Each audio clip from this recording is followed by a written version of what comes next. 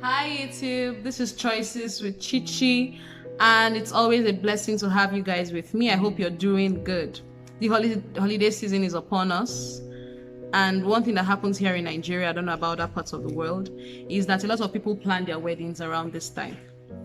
So you have like weddings back to back in their numbers. So in the spirit of the season, I just thought it's wise to do an installment on wedding planning and wedding day drama. So this is just for someone out there who is planning a wedding and just trying to make sense of the whole process and see what they can do with what they have or do not have. I'll like to say categorically from experience that what you do or do not do in preparation for your wedding plays a major role in the quality of your marital life. So you want to do it well. You don't want to do it and mortgage your future, trust me. I still believe you can, and everybody should strive to have the wedding of their dreams, but don't do it in such a way that you have a lot of regrets after. It just doesn't make a lot of sense. So today we're looking at what I wish someone told me about planning a wedding or the wedding day drama, just basically what to expect when you're planning a wedding. So before my wedding day, before I started planning for my wedding, I hadn't attended a lot of weddings. I'm not really a wedding person, and a lot of my friends had not married at the time, so I had very little idea what I was doing. I was just confused. Before then, I think the last wedding I had attended before my wedding was my brother's wedding 3 years ago, and I wasn't even involved. I practically attended the wedding, like came on the wedding day and left the next day. So when it was my turn, I was just all over the whole place. I remember someone calling me and asking me, so have you gotten your bouquet? I'm like, what's a bouquet? And yeah, don't laugh at me. And then they were like, oh, that flower you hold, like the bunch of, and I'm like, oh, so that's a thing. Is it important? Must I have it? And I was just clueless. And so this for me is coming from a place of experience. I do not want people to go through. I would really love your experience to be like hassle-free and just everything you've ever dreamed of. Yeah. So some things I did right. We planned a lot. Like I know we put in a lot of planning into the wedding. Myself and my fiance met a lot to talk about everything from the songs we wanted to walk in with to who did what. Like everything was put down on paper. We met with our vendors. So apart from planning a lot, we prayed a lot. I don't know about other people's experiences, but mine was that as soon as I said, okay, let's get married, as soon as we agreed we're getting married, it was like the devil became restless. And so prayer was inevitable. And I just want to encourage someone out there to pray a lot. You can't pray enough. Like you can't pray and say, okay, I've prayed enough. No, like you have to keep praying, because like I've said in my previous videos, this whole marital thing is not a casual journey. It's not something you just get married. A lot of prayer has to be invested into the process. On my wedding day, I was glad I ate a lot, like not a whole lot, come on, but I was okay. I was gallant. There was no problem in the middle belt, like my tummy. I was fine. So I was dancing, I was happy, I was merry. So I'll advise you, just do not overeat, and please eat. Like do not eat. So eat. Because I've seen brides that share their experiences with me and were like, see, I almost died that day. Like the hunger was terrible, and then you're watching time, you want to make sure the thing is flawless. There's anxiety once you get into the hall and you see people, there's a program to follow, there are people who need to travel that same day, so everything has to be back to back. So there was really no time for them to eat. So I advise you to eat, but try not to eat anything that will upset your tummy, anything you're not sure of. Please don't eat. You don't want to be that bride that runs out of the stage like your gown in your hand, running to the closest toilet. No, you don't want to be that kind of gown, that kind of bride rather. And someone told me something I want to share with the ladies especially. Try and make sure you time your period. Just keep a track of your period such that you know what to do if it's coming around the wedding period or not. So it just didn't cross my mind at all. And I remember someone saying, oh, see, try and use this last 2 months or this month to track your cycle so that you're not stained on your wedding day. You guys know what I mean, like, yikes. So yeah, that went well. Because I was clueless, I had to leverage on relationships. I had to ask questions. Like I asked questions like I was a stranger in a strange land. Yeah, that kind of thing. So I see a lot of people really stressed on their wedding day. So if you have like a good support of family and friends, like leverage them, delegate, send people to do stuff for you. Don't just carry everything on your head. And by your wedding day, you have breakouts, you're just stressed, you're unhappy. So don't be that kind of bride. Be a princess. I mean, everybody should. I think marriage is supposed to be a once in a lifetime thing. That's how it was supposed to be. So if it's going to be a one in a lifetime thing, have the fun of your life. Like enjoy yourself fully. Don't be stressed if you have a good support, that is, you know. Yeah, if there was something I would have done differently, my God, I would have bought a cheaper shoe. Like, I'm just going to be real here. So my shoe was like way expensive, and I don't know what I was thinking. It was even way expensive, more expensive than my wedding gown. So I'm looking at my pictures after my wedding. I'm wondering why my shoe is not showing. Like, I was so pained. The shoe did not come out in any picture. So nobody even really knew that I bought an expensive shoe. And the funny thing is, I'm not even a shoe person. I don't know what I was thinking. I think I would have invested that shoe money into a business. Now, like looking back. And the funny thing is, I didn't spend so much on my accessories, like my earring, my jewelry, my, you know, the other accessories. I didn't spend so much on it. Thing is, I'm still wearing them until now, and every single time I bring them out, people are like, oh wow, gorgeous, oh, this is beautiful. Meanwhile, my shoe, I had to struggle, I think it was last year or 2 years ago, to bring it out after my wedding just to wear it one more time. So the style of the shoe, the color of the shoe was a turquoise blue shoe. And handbag is very selective. The style is very selective, so I can't wear it to work. Like, no, I wouldn't have done that. So I don't know, like, I would have probably gotten a shoe I can still wear after the wedding, honestly, and I've gotten it cheaper. It's just a shoe. I'm not a shoe freak, so it's a shoe freak. So there's no formula. Just do what you want. But I'm looking back at my shoe and I'm like, I don't think that was a wise decision. Yeah, and I wish someone had told us to save a whole lot for after the wedding, because after our wedding we're thinking of honeymoon, and then we just discovered we had to pay rent. Like, it was super hilarious because yeah, we had to pay the rent, you know. So there are a lot of real life realities, real life issues you have to face after that whole paparazzi. Like when people eat the chicken and the rice and the drinks you provide, they go to their houses, and you have to face life as a married person. And you don't want to be that kind of couple that starts off your marital life asking people and begging and looking like you're very unserious. So please don't do anything that will mortgage your future. After your marriage, you have bills to pick up. You're going to fuel your car if you have a car. If you don't have a car, you're going to be transporting yourselves. If you're a man, you're going to be now doing stuff for two. You're feeding 2 mouths. You're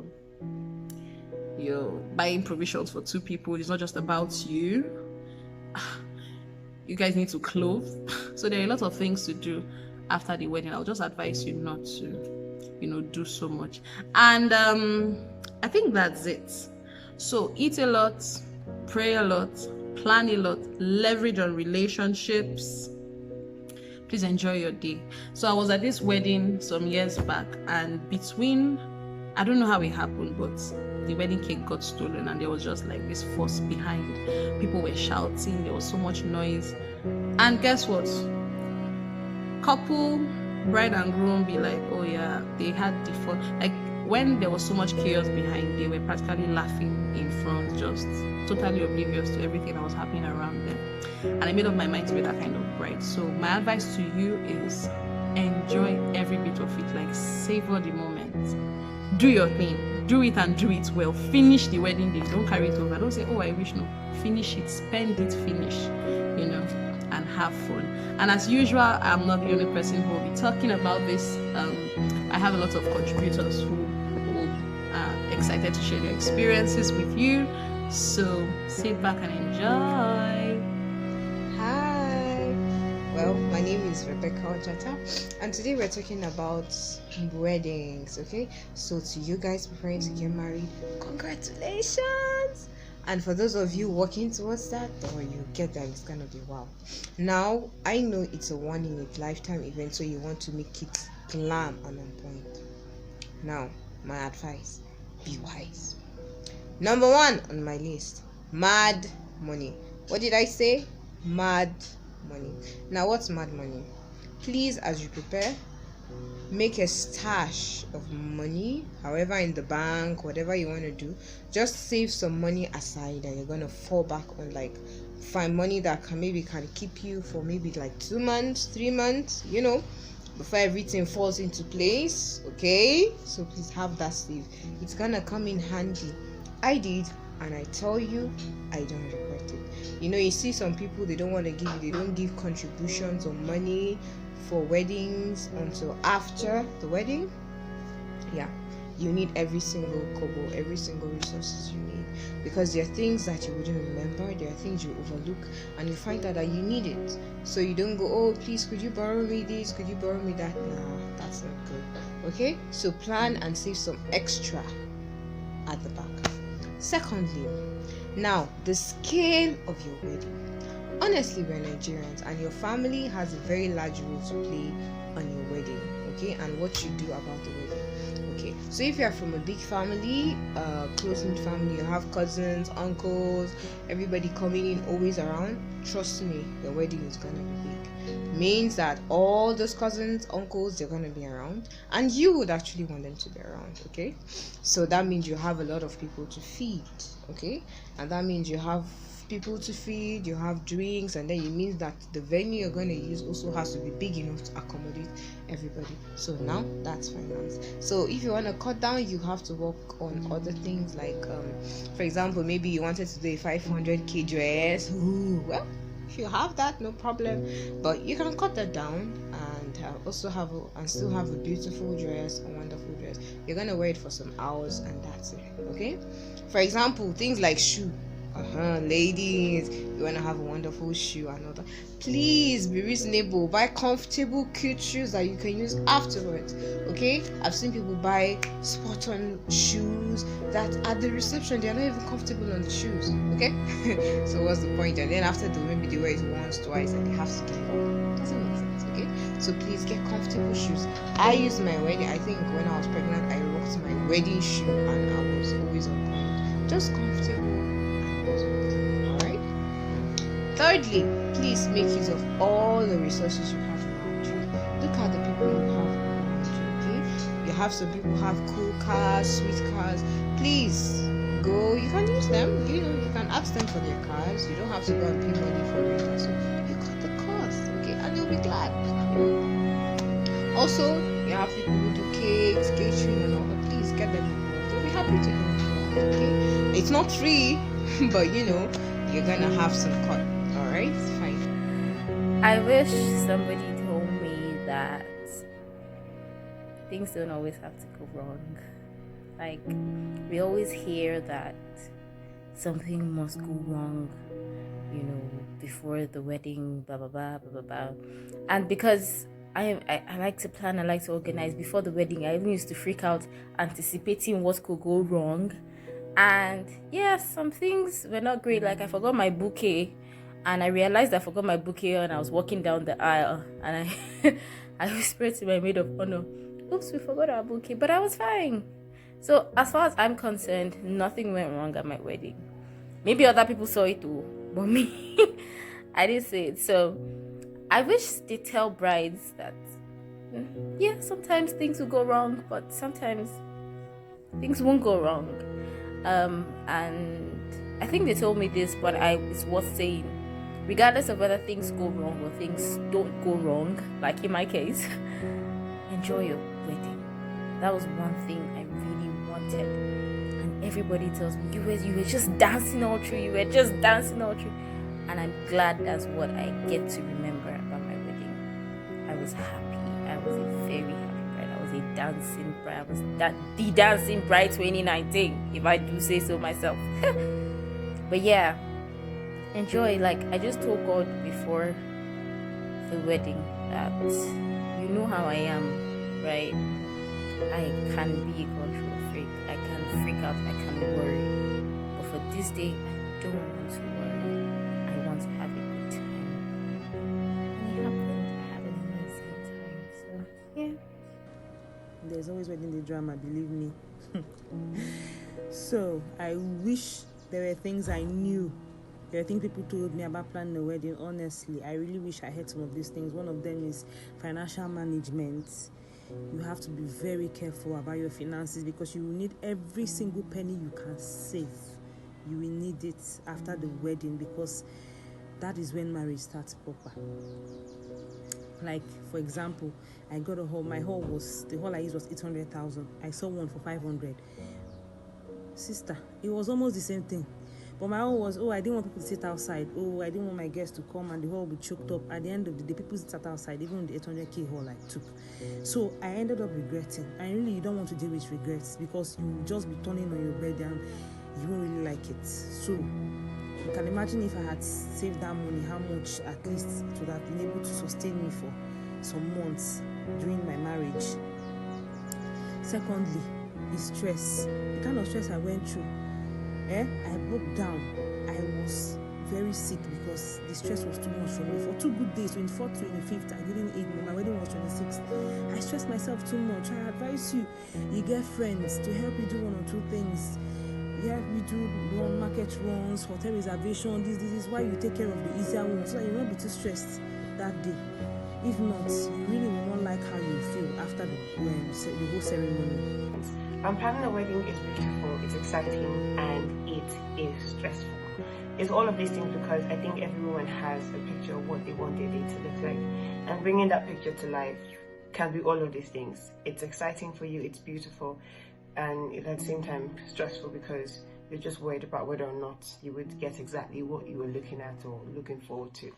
I'm going to quickly share something that really helped my husband and I while we were planning our wedding. Apart from God being like the bedrock of everything that we did and praying, we had a budget. It is important that you know your capacity. I know that social media is not helping with what weddings should be or what weddings should look like, but auntie, they are only going to comment and say, hey, such a beautiful wedding. Nobody's gonna help you to drink garri or to pay your rent or to pay your few vendors. Know your capacity, know what you can do. My husband and I had a budget. We told our families this is what we can afford, and we faced every item within that budget. This was to make certain that after the wedding, no vendor is calling me to say, outstanding payments. Hello, the joy of actually sleeping after your wedding day, waking up and just moving on to the next phase of your life, knowing that everything about this wedding I'm planning is legit over. Everybody deserves that. So I would say, please have a budget, know your capacity, and stick to it. Okay, you can have a decent wedding without breaking the bank. I'm going to finish off by saying 2 things. Firstly, the wedding is for a day. The marriage starts right after. Secondly, auntie, your wedding is for 1 day. Your marriage starts right after. Trust me. You don't want to struggle to buy beef for the next month in your house because you were making sure that somebody eats chicken, fried fish, and beef on your wedding day, so that they can say hashtag food for days. Hello, trust me, after your wedding, by the end of that month, your wedding is a distant memory because you've attended 2 other weddings. So we need to be wise and we need to live within our means. So I hope this helps somebody out there. Bye. I wish I knew before my wedding that wedding is a sea of emotion and that I'll be needing high level of emotional intelligence. I mean, things will annoy you, opinions will clash. You will say that people have so much opinion, and you'll be thinking, wait a minute, I thought I was the one getting married. Family opinions, some relatives with their sense of entitlement. In my own case, some relatives wanted to be introduced personally to the groom, some wanted to be recognized openly on that day. The truth is, like, as a Nigerian, before you even thought of getting married, that your parents already have idea and plans on how your wedding will go, and these all things. So I just wished I knew these things beforehand and try to like meet them at the middle, try to be in control of my emotions and not like I cried a whole lot, I argued, I fought. So I wish I didn't let those things get to me the way they did. And I wish I food. I wish I ate proper food before the event started. Imagine I end up not eating the whole day, and now imagine being all that stressed out, all that cries, sad unhappiness, and then plus not eating all day. Imagine how worn out you would be, and you expected as well to smile because you are a bride, so all the hunger and trying to put up with that plastic smile. Congratulations, thank you. I wish I knew that no matter how you put direction to your event, the event venue, there are some people who still not get it. And so I put my number as a RSVP, and my phone was switched off. So I have like 2 friends that didn't make it to the event because they didn't know how to locate the place, and they didn't have any other person to contact except my own number that was on the card, and so they ended up not making it to the event. But what I've learned from my wedding, it's been 8 years now. What I've learned is that no matter how you plan your wedding, no matter how much time and effort you put, you will know that things on that day, there are 1 or 2 things that will not work the way you expect them to work. And I've learned not to stress out on those things, that they are not even worth it. At the long run, you find out that it didn't even matter, And another thing I feel like it's okay not to follow tradition. Like, I didn't follow tradition, and I'm so happy about that. I have nothing to regret. I didn't follow tradition of like, you must do white wedding, you must do bridal shower, you must use professionals to plan, you must use professional vendors. I didn't do all those kind of, those traditions that you must do all this thing, and I'm happy. So there is no competition in wedding. The wedding day is not really the big day. The big day is the marriage, and it's every day after the wedding day. So I would say, wedding, don't break bank because you get married. Do what is necessary. You can't have the best wedding in the world. One thing I wish I knew when planning my wedding was that things will eventually come together, things will fall in place. I just need to make sure that I take all the necessary details, tidy everything. Things will come together. There is no need for anxiety. Then for the wedding day, I wish I knew that just anything can stress me out. Just anything that I take to heart can stress me out. Rather than allow things to stress me out, I'd rather just enjoy the day. Whatever it is that comes up, enjoy it. Because it is a